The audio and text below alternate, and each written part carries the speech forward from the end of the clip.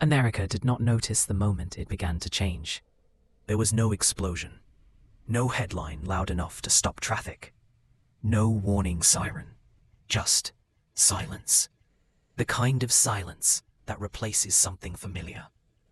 The kind that feels wrong before it feels normal.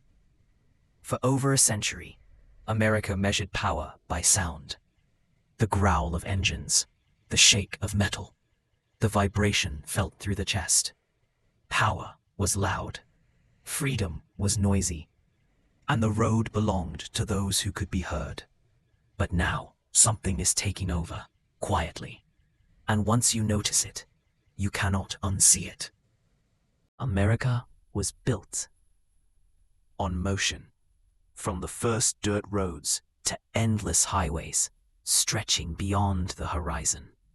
Movement became identity. The car was not just transportation. It was independence. It was escape. It was proof that you could go anywhere, whenever you wanted, on your own terms. Gasoline fueled more than engines. It fueled ambition. It fueled pride. It fueled the American dream. The gas station became sacred ground. The open road became mythology. And for decades, no one questioned it. Electric cars existed, but only as curiosities, experiments, weak imitations of real machines. They were dismissed, mocked, ignored, because in America, silence meant weakness. Until suddenly, it didn't. Before the revolution, there was a warning. In the 1990s, America was given a glimpse of the future and rejected it. General Motors released an electric car called the EV1. It was efficient. It was advanced. It worked. And then it disappeared. Taken back from drivers. Locked away. Crushed. Not because it failed, but because it succeeded too early. That moment should have changed everything. Instead, it was buried.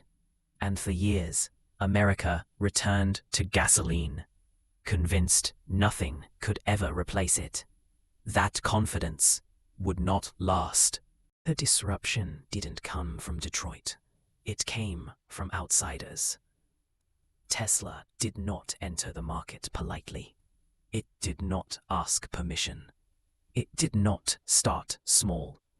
It went straight for the throat. Fast. Luxury. Performance. An electric car that could outrun sports cars. A vehicle that didn't roar, but dominated. And suddenly, something impossible happened. Electric cars stopped being jokes. They became threats. Detroit laughed. Men hesitated, then panicked. Because Tesla wasn't just selling vehicles, it was rewriting the rules of what a car could be. No dealerships, no traditional advertising. Software updates instead of mechanic visits. Cars became computers. And once that happened, there was no going back. America did not welcome this change. It resisted. For many, electric cars felt like betrayal, a rejection of tradition, a quiet erasure of everything cars once meant. Truck owners saw identity under threat. Muscle car fans heard silence as disrespect. Rural America saw inconvenience disguised as progress. Cars stopped being neutral. They became symbols. Gasoline versus electric. Past versus future. Freedom versus control. The road split, not physically, but culturally. Behind the arguments, something far more powerful was unfolding. Money. Governments invested billions. Charging stations spread. Laws shifted. Deadlines were set. This was not just environmental concern. It was global competition. Whoever controls transportation controls industry, controls technology, controls influence. China moved fast. Europe followed.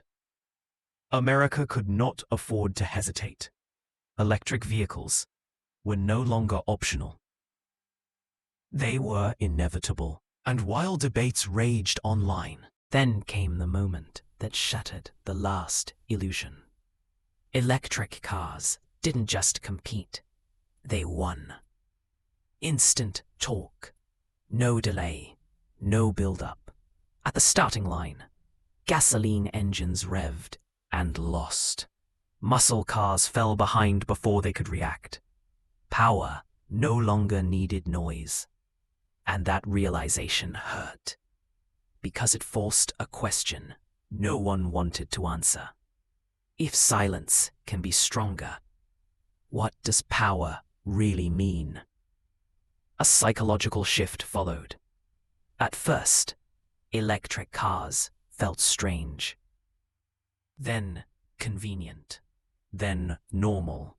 Then expected.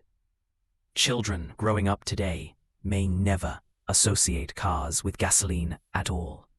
To them, silence will not feel empty. It will feel correct. And when a generation does not miss something, it does not fight to preserve it. This is how revolutions truly succeed. Not through force, but through normalization. Electric vehicles are not just machines. They represent a transfer of power. From oil to electricity, from mechanics to software, from noise to efficiency. For some, this is progress. For others, it feels like loss. And both are true. Because revolutions always give and take at the same time. The future remains uncertain. Will gasoline disappear completely?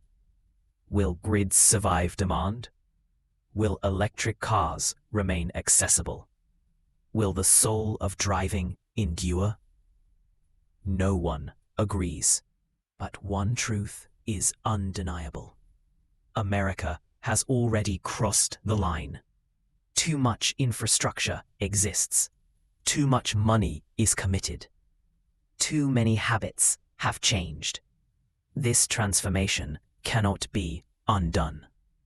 America was built on movement, and movement has always evolved. Horses gave way to engines. Engines now give way to electricity. The sound of the road is changing, not with a roar, but with resolve.